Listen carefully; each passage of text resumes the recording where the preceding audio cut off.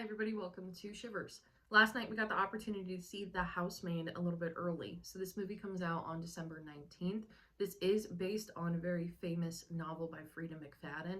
This is a lot of staple mystery novels for a lot of people in more of the modern sense of the term. So we have to do a spoiler-free review for this movie. So I will still go through the actual story. I will still give you the rating, but bear with the sort of vague nature of it. So, getting started with our cast, we have a very star studded cast. We have Sydney Sweeney, who plays Millie, who is looking for a job as a housemaid. Amanda Seyfried plays Nina, who is married to a man named Andrew. Andrew is played by Brandon Skelnar. He looks very familiar, but he hasn't really been in a ton of prominent stuff. And then on the land of Andrew and Nina's house is a groundskeeper. His name is Enzo. He's played by Michel Moreau. He is very famously from that 365 movies on Netflix. If you know what I'm talking about, then you know what I'm talking about. So we also have a child named Cece that is Amanda Seyfried, Nina's child. This is played by Indiana L.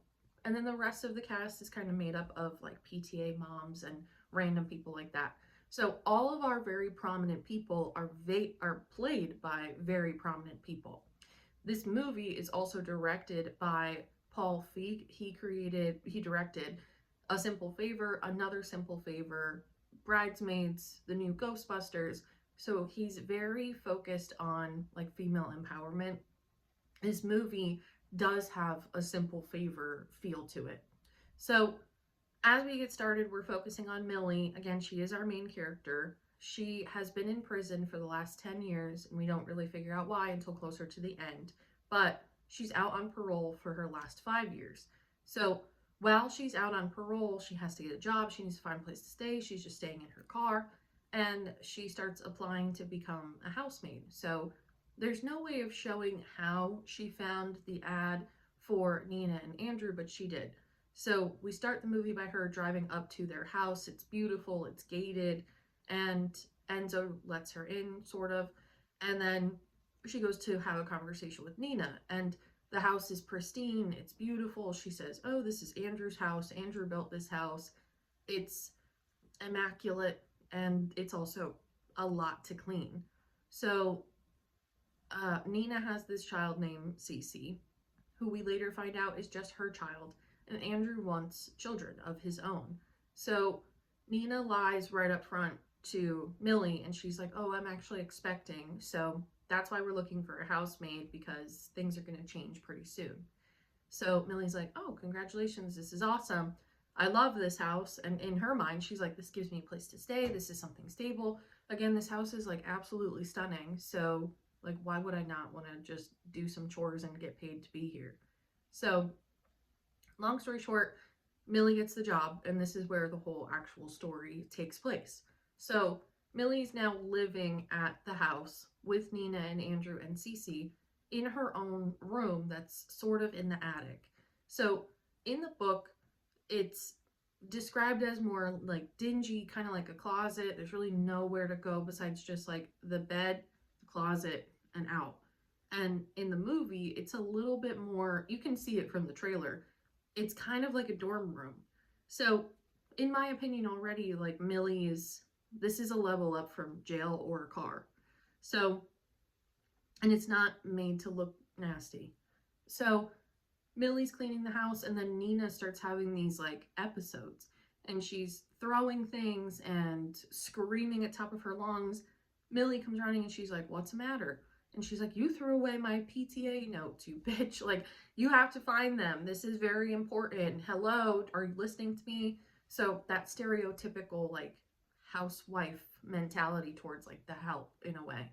So Andrew keeps starting to apologize for Nina and to Millie, and he's like, "I'm sorry she's talking to you like this. I'm sorry she's behaving like this.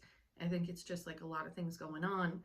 And Millie's like, "Oh, it must be the hormones." And he's like, "What are you talking about?" And she's like, "Oh, never mind. Like, not my job to tell you." So as more and more people are in the house, the PTA moms come over. They're talking about Nina while Millie's in the room. and she overhears this story of how neighborhood lore says Nina tried to drown Cece and off herself a long time ago. So she was put into the psych ward for a couple of months, and ever since she came back, she hasn't been the same. So all of them are like, Andrew is a saint for putting up with her. Andrew is just the best. He's so beautiful. Like, look at that $1,000,000 smile that he has. He's just 10 out of 10. And patience of a saint. So then Nina comes back and she's like, oh, what are we all talking about? And they're like, oh, of course, nothing. Don't worry about it. And Millie makes a sort of comment to Nina and she's like, well, like, I thought you were pregnant. And she was like, no, what are you talking about? I never said that. So now Nina is gaslighting Millie. So it's all of this manipulation that plays throughout the entire movie. Nina calls Millie a couple of times. She's like, you have to go stop what you're doing and go pick up Cece. And then she goes to the ballet studio where Cece is, tries to pick her up, and she's like, what are you talking about? Like, Cece's staying over at her friend's house. Like, you didn't need to be here. She takes Nina's car, and then Nina reports the car stolen. So there's all of these things just start escalating more and more.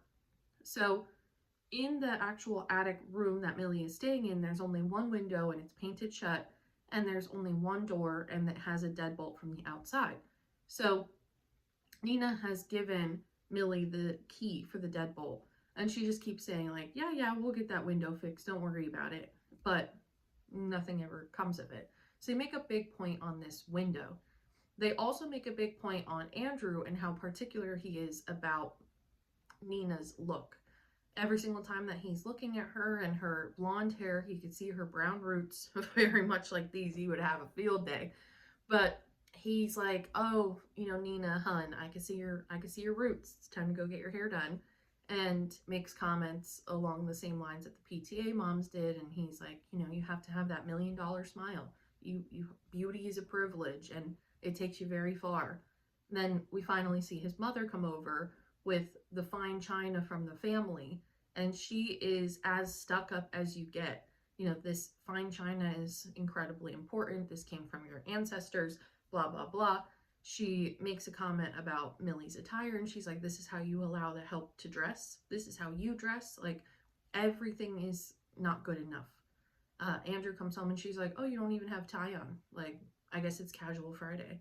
So this woman who's very stuck in the past, but who's incredibly stuck up. So we're already seeing the root of why Andrew is making these comments and sort of is the way he is.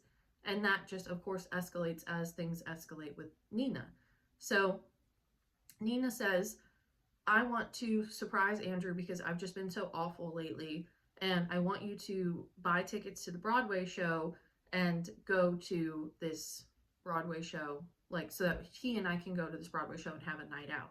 So get the tickets, book a hotel room, put it all on our card, and we'll go from there. So Millie does this because this is literally her job. And then Nina, of course, with the gaslighting again, says, this weekend? Well, I'm not here. Why would I tell you to plan something this weekend? Like, this is ridiculous. So she's like, well, I guess you're going to now have to pay for those tickets out of pocket. And Millie's like, I don't have that kind of money. I don't have money at all. Are you kidding me? Like, that's why I'm still in this job. So Andrew's like, no, like, we'll figure it out. Don't worry about it. Like, you go take Cece to her summer camp, wherever she needs to go, winter camp, because it's winter. And like, we'll figure out these tickets. So Andrew and Millie are having a conversation, and he's like, you know what? I think we should just go. You deserve a night out in the town. Let's go to the city. We'll have a good time. So reluctantly, Millie agrees. And they go, they have a great time at the theater. They have drinks and dinner. Everything is smooth and moving. And then they hook up. So now Andrew and Millie have this secret connection. They go back to the house. Everything's fine for just a little while. And then Millie does her normal grocery shopping for the family. And one of the PTA people is like, oh, you didn't take the phone that, like, your employer essentially gave to you, did you? And she's like, well, yeah, like, this is the phone she gave me when I started, so why wouldn't I? And she was like, oh, honey, like, you're so dumb. like a very bless your heart moment. Your employer is basically going to go through your phone and see where you are and track where your location and see what's going on, right? Like, you're not that dumb. So Millie's like, oh, well, shit. Now she probably knows that I went to the show with him. She probably knows that I did all of these things. So we're kind of caught. So she goes to tell Andrew, and then Nina comes home and she's like, I know you screwed her. I know you did this, throwing a fit. And he's like, I want you to get out of my house. Like, I don't like how cruel you've been to Millie. I don't like that you've done this. I don't like who you're becoming. I want you out of my house. So Nina's like, you want me out of your house? And he's like, yep, there's the door. Get out. So she gets out, she leaves, she gets in the car, and then we have a pause. We go back to Millie, and now it's this honeymoon phase of love and lust and just a good time. And then she goes to make Andrew breakfast in bed, and she uses the fine china that his mother brought. She turns around and Enzo's in the doorway, just like staring at her. And so she drops all the plates and freaks out.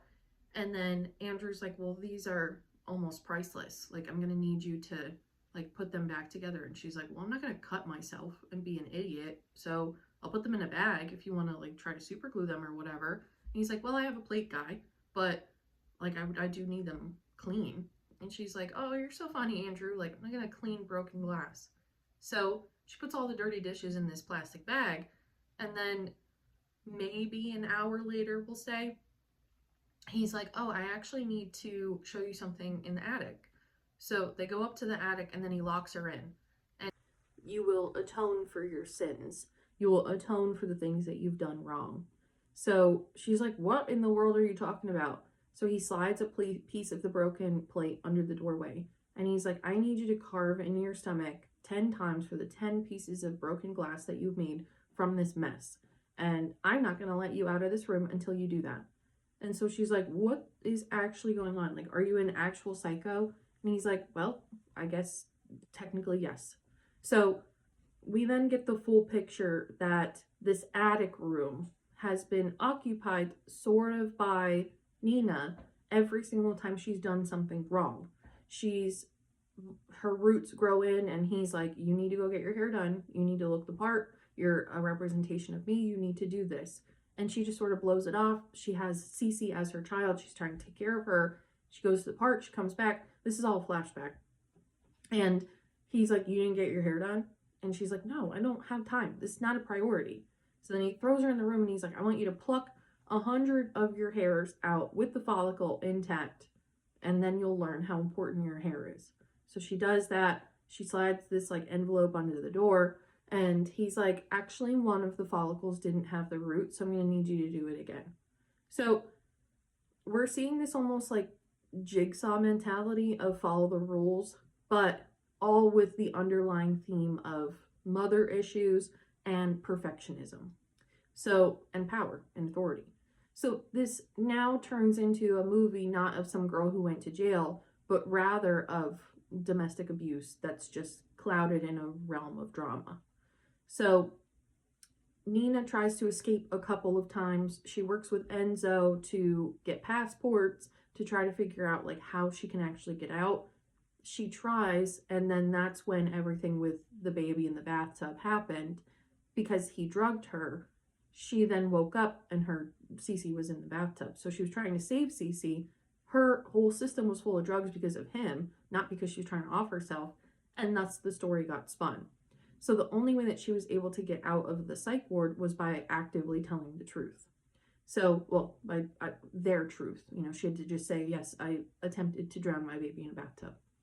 So now nobody in the neighborhood really believes her or trusts her, and she's stuck. It's that idea that, like, there is nowhere for you to go, and you won't be able to go anywhere. So it truly rooted in, like, domestic abuse. So now Millie actively listens to him and carves into her stomach. To me, I don't know why you would do that, but whatever. So she carves into her stomach. She slides the piece back under the door. She finds this knife that Nina essentially left behind in the closet.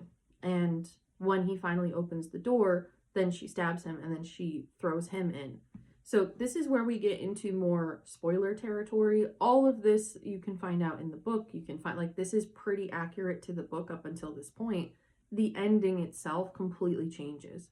So the entire time, I will heavily allude to what happens. The entire time there is a spiral staircase in the home, and we keep looking at it from the perspective of the top. So we keep getting an homage to Alfred Hitchcock's Vertigo. And in Vertigo, they fall down the steps. Nina has made a comment before, like very early on, oh, I should just draw a chalk outline at the bottom of the steps, and like, I'm one of these days I'm clumsy enough that I'm going to fall down. They make comments about how to change the light bulbs in the top of the stairs. So heavily allude to what's going on.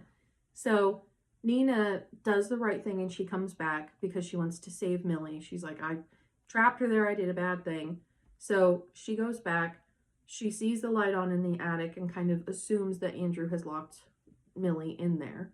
So she goes upstairs where Millie's already just like downstairs hanging out, just like taking a breather after she cut her stomach up.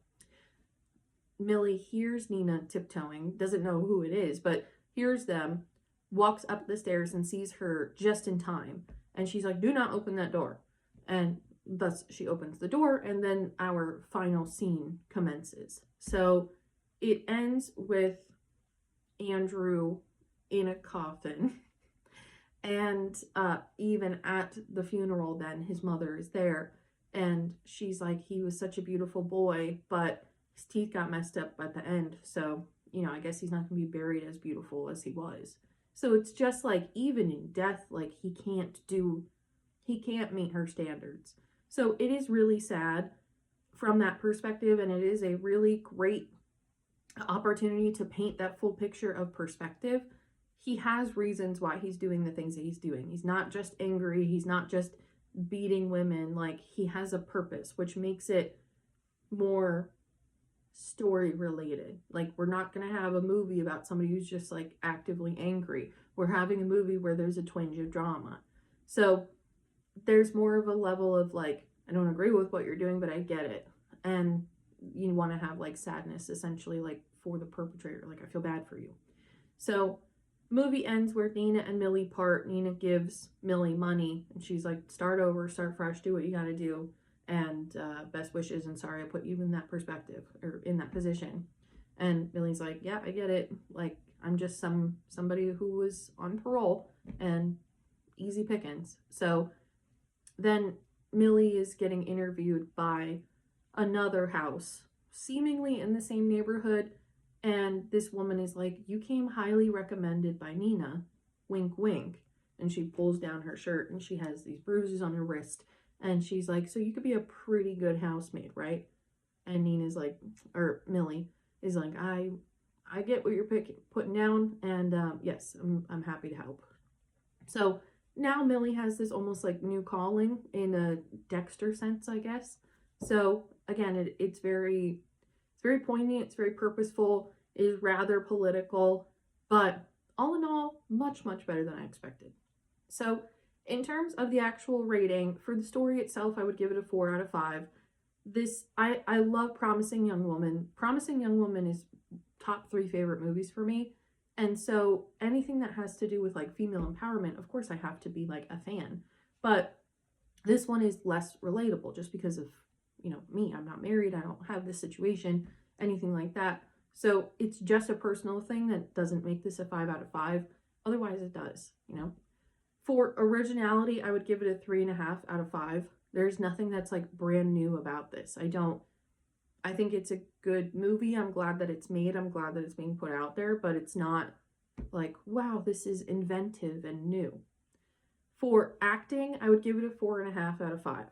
The one thing I will say about this star-studded cast, it is not my most popular opinion. I really do not like Sydney Sweeney. I think she's a bad actress and she's incredibly boring. And even in this movie, I mean, in every movie I've seen her in, and this one included, it's just flat. It's just boring. She's just boring. She's just a pretty girl. That's what carries the movie. That's what carries her.